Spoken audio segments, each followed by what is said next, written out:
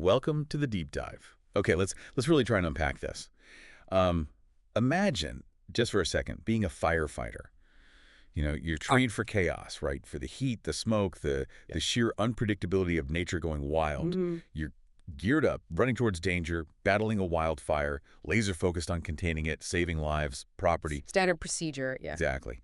Now picture that whole scene just twisting, suddenly, without any warning, into a calculated, brutal ambush. It's horrifying. It really is. And that's the harrowing, unthinkable reality that tragically unfolded just recently in Idaho, specifically on Canfield Mountain near Coeur d'Alene. That rugged terrain up there, yeah. And look, this isn't just another local news headline you might scroll past. This is deeply complex, profoundly tragic. It's got these broad, unsettling implications that kind of ripple outwards, touching first responders, community safety, way beyond northern Idaho. Absolutely. It raises so many questions. Yeah. So our mission today in this deep dive is to take you well beyond those initial breaking news flashes. We're going to try and meticulously reconstruct the sequence of events as they happened on Canfield Mountain. Get the timeline straight. Right. Then dissect the immediate response, which was massive, truly unprecedented, involving so many agencies. Yeah, the scale was something else. We'll also grapple with the immense human cost, the raw impact on the community, and maybe most disturbingly, place this whole thing within the alarming context of, well, violence against first responders today. It's a pattern we unfortunately need to talk about. Yeah.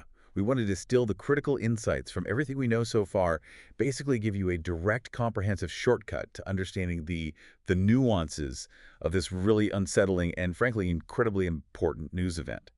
Okay, so let's start by setting the scene. Understanding the environment here is, I think, key to grasping just how challenging this was.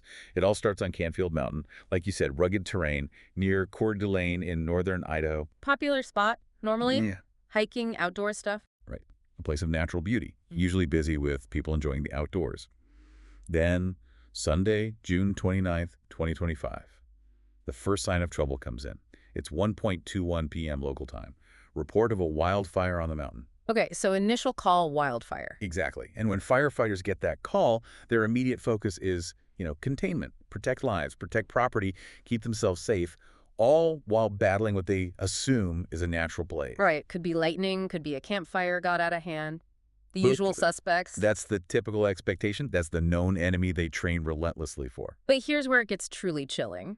What utterly transformed this situation was the sudden, violent, and just completely unexpected turn. Firefighters, like you said, they train rigorously for one kind of danger. The fire itself. Yeah, the uncontrolled force of nature, the blaze, the smoke, the treacherous ground. Their whole playbook is built around fire dynamics, wind, evacuations. Makes sense. But then, less than an hour after that first fire report, barely 40 minutes later, at 2 p.m. sharp, the situation escalates dramatically. Those firefighters on the ground start reporting. They're coming under gunfire. Under gunfire, while fighting a fire. Exactly. Just try to imagine that sudden shift. 1 minute, you're focused on hoses, water, containment lines. The next, bullets are flying. This wasn't a natural disaster anymore. Nope. This was a deliberate human threat. An instantaneous, horrifying shift from a structured fire response to, well, a chaotic, hostile, life-threatening combat zone. The speed of that change, it's just shocking. And the immediate assessment for the authorities there, it just underscores the malicious intent, doesn't it?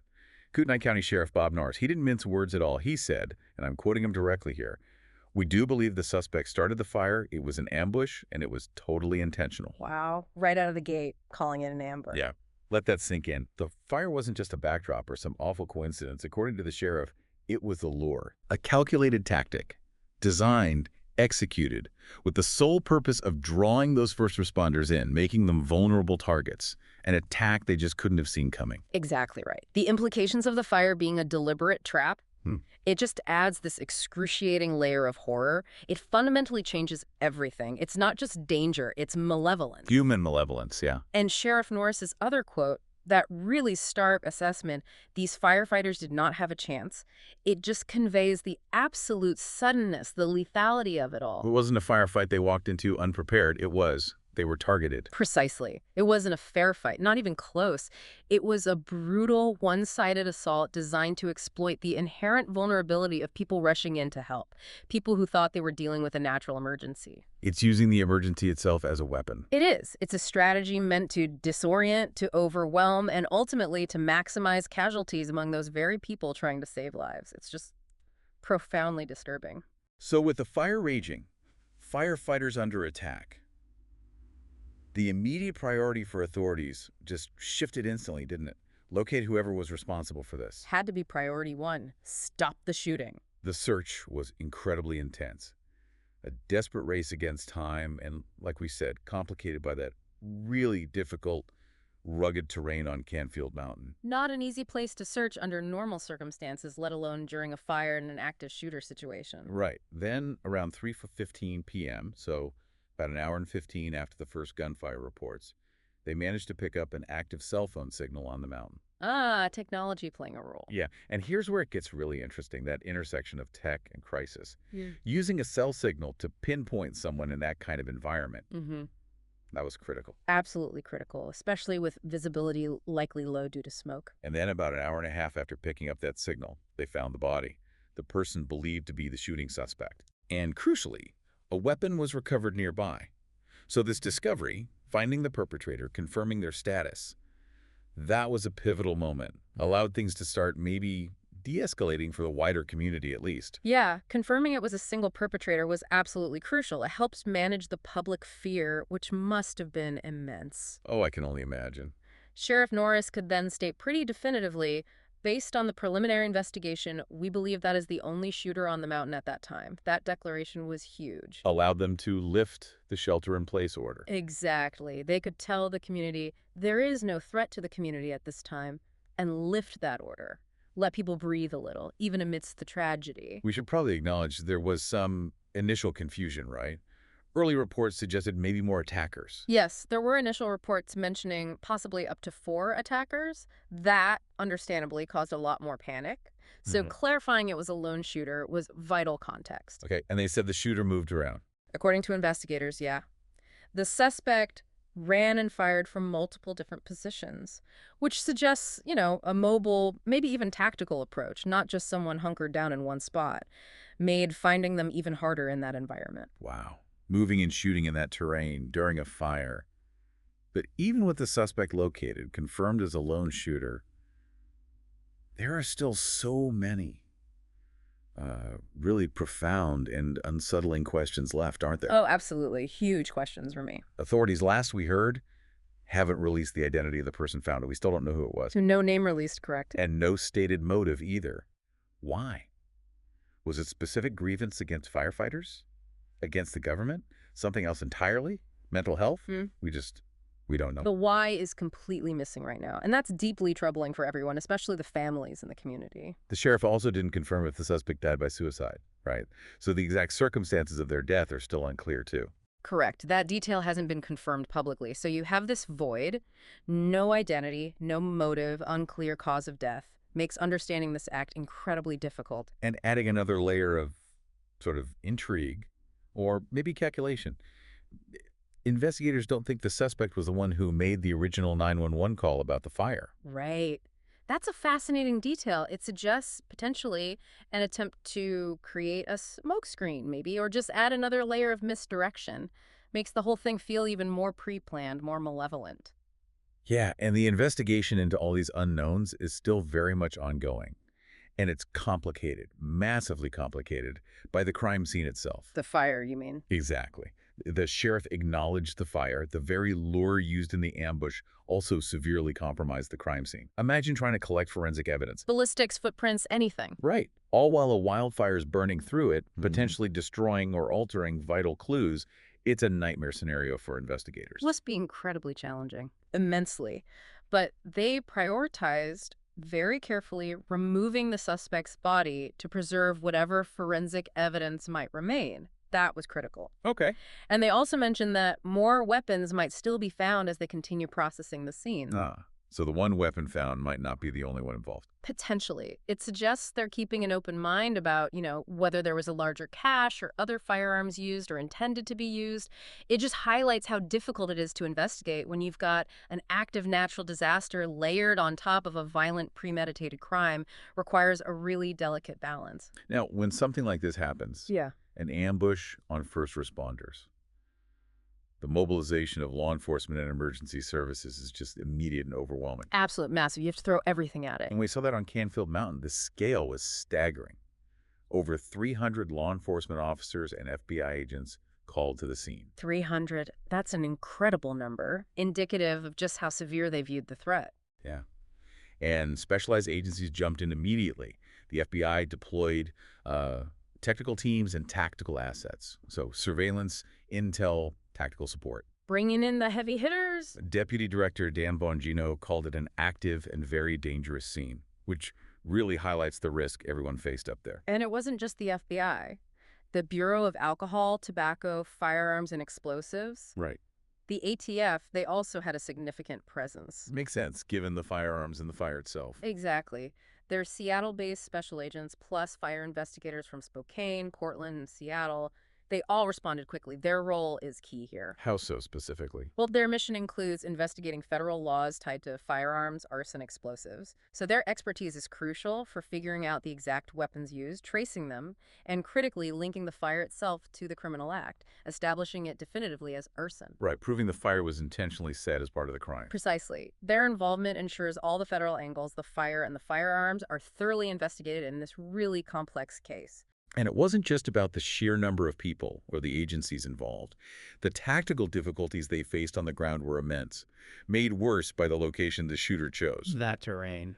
Described as heavy brush and thick trees, makes it incredibly hard to find someone hiding in there. A natural maze, offering perfect concealment for an attacker and major obstacles for anyone trying to find them, especially under duress. Not exactly an open field. It's treacherous, uneven, probably smoky. Absolutely. And the technology, which is usually a huge help, faced real challenges too. Helicopters with heat-seeking tech, usually great for finding people. But the smoke. The smoke was a major problem. It essentially created this thermal blanket, masking heat signatures, made it incredibly hard to tell the difference between a person and, hot spots from the fire or just the hot ground. Wow, so the tech was hampered. Significantly. And then you had the added complication of civilians, hikers still on the mountain, told to shelter in place. Oh, right, I forgot about that. Their body heat would also show up on thermal devices. So you're trying to sort out, is that a hiker sheltering? Is it the suspect? Is it just the fire? Adds another layer of complexity and requires painstaking verification. And all this is happening while the clock is ticking. Exactly. Daylight was fading fast as the sunset. That put immense pressure on the teams, made visual searches harder, increased the risk for people on the ground, limited air support effectiveness, all while they're still trying to find the shooter and fight the fire. A true race against time on multiple fronts. But despite all of that, the fire, the hidden attacker, the tough terrain, the fading light keeping the public safe, had to remain the absolute top priority, right? Paramount, always. The shelter-in-place order for the wider community, that was eventually lifted around 3:50 a.m. British summertime, which must have been a huge relief locally. A massive sigh of relief, for sure. But it came with a warning, didn't it? Yeah, they told residents to remain prepared and ready, just in case. So the immediate threat was contained, but they were still being cautious. Understandable. And they also clamped down on the airspace. Right. Canfield Mountain was declared a strict no-drone zone. That was critical. Why specifically no drones? To prevent any unauthorized aircraft, like civilian drones maybe trying to get footage, from interfering with the emergency operations. You've got helicopters involved in firefighting, law enforcement searches. You need that airspace clear and safe for them to operate effectively. It's a standard but vital protocol in these situations. Now, we have to talk about the most heartbreaking part of this, the human cost. It's just devastating. Truly devastating. Officials confirmed 2 firefighters were killed in this ambush. 2 lives dedicated to service, just cut short in the most brutal way. Unthinkable. And the third firefighter. Critically injured. Reports say they had just come out of surgery and is in a stable condition but fighting for his life. That phrase, fighting for his life, it just conveys the immense struggle, the precariousness of it all. The sheer agony behind the headlines.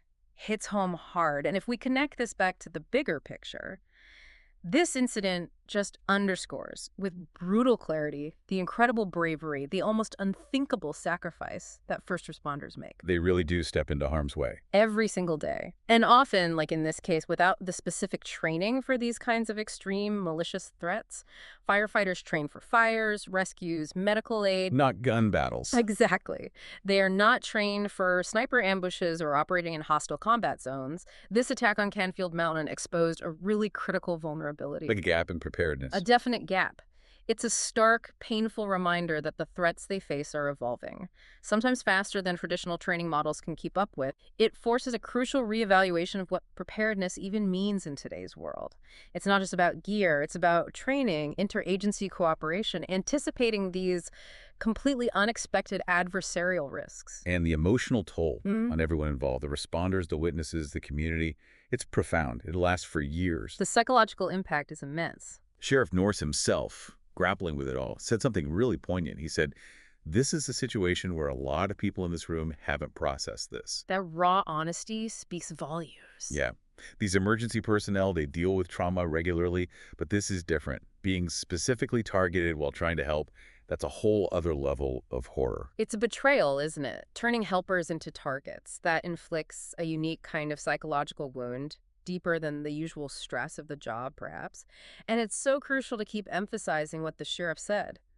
Firefighters are not trained to respond to ambush situations. It's just not part of their standard playbook. Never has been. Their training is all about fire suppression, search and rescue, medical aid under hazardous but typically unintentional conditions. This lack of specific training for such a calculated, malevolent threat, it creates this devastating vulnerability. Leaves them exposed. Terribly exposed to dangers far beyond what they anticipate or are equipped for.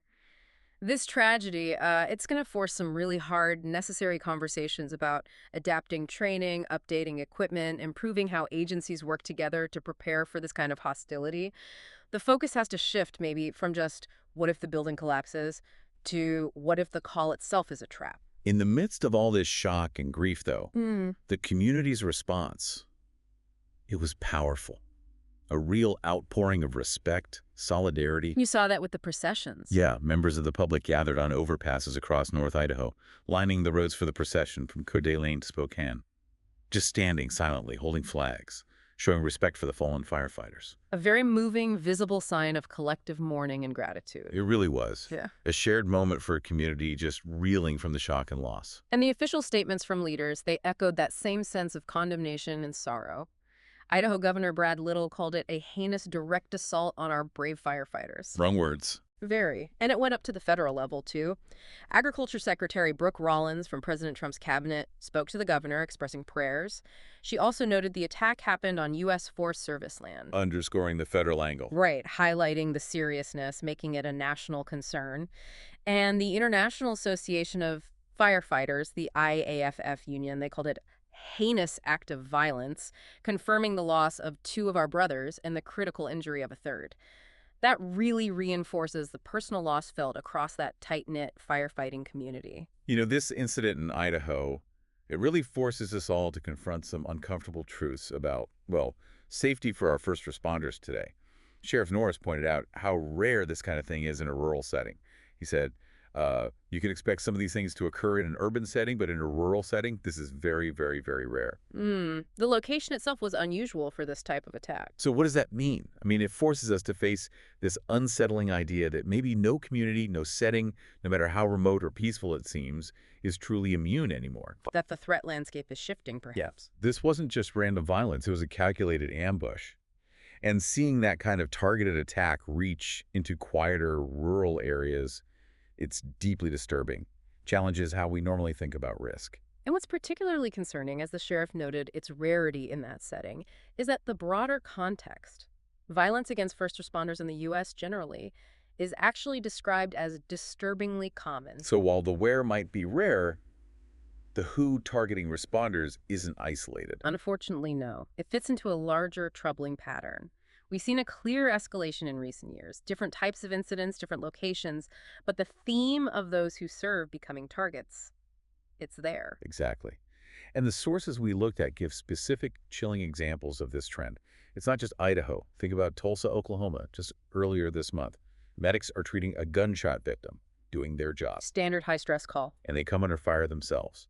The fire chief there, Michael Baker, explicitly noted an increase in violence against responders. They were direct targets while trying to save a life. Unbelievable. Or Missouri, just last month, an ambulance driver stabbed to death by the patient they were transporting.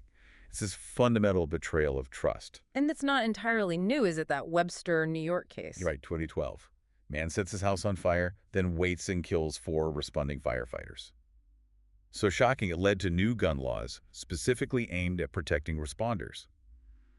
These examples, they paint a really clear, escalating picture of this threat. This whole trend, where lifesavers become targets, it raises a really important, difficult question. Even though we don't know the specific motive in Idaho yet, we have to see this event within that broader context of escalating gun violence in the U.S. The overall backdrop matters. It really does. The statistics are stark. Gun Violence Archive data shows 190 mass shootings already in 2025. 190 already this year. Wow. It's a staggering number. It points to this pervasive issue where firearm violence is just frighteningly common, and that creates a more volatile environment for everyone, including emergency responders. When general violence is up, their chances of encountering it or even being targeted by it naturally increase. And the sheer number of other high-profile shootings just this year drives that point home. It shows how this violence is manifesting everywhere, like the targeted shooting of politicians in Minnesota back in June. State Representative Hortman and her husband killed, Senator Hoffman and his wife injured. A deliberate attack on public figures. Then the month before, 2 Israeli embassy staff shot dead outside the Jewish Museum in D.C. Another targeted attack. And Philadelphia on Memorial Day. 2 dead, 9 injured teenage suspects. It's not just about individual tragedies, right? It's this larger pattern of violence becoming more pervasive, more unpredictable.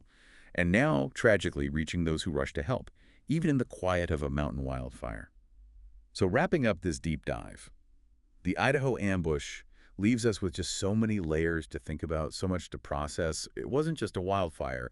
It was, like the sheriff said, a premeditated act, designed to target helpers, turn a natural disaster into a deadly trap. A chilling thought.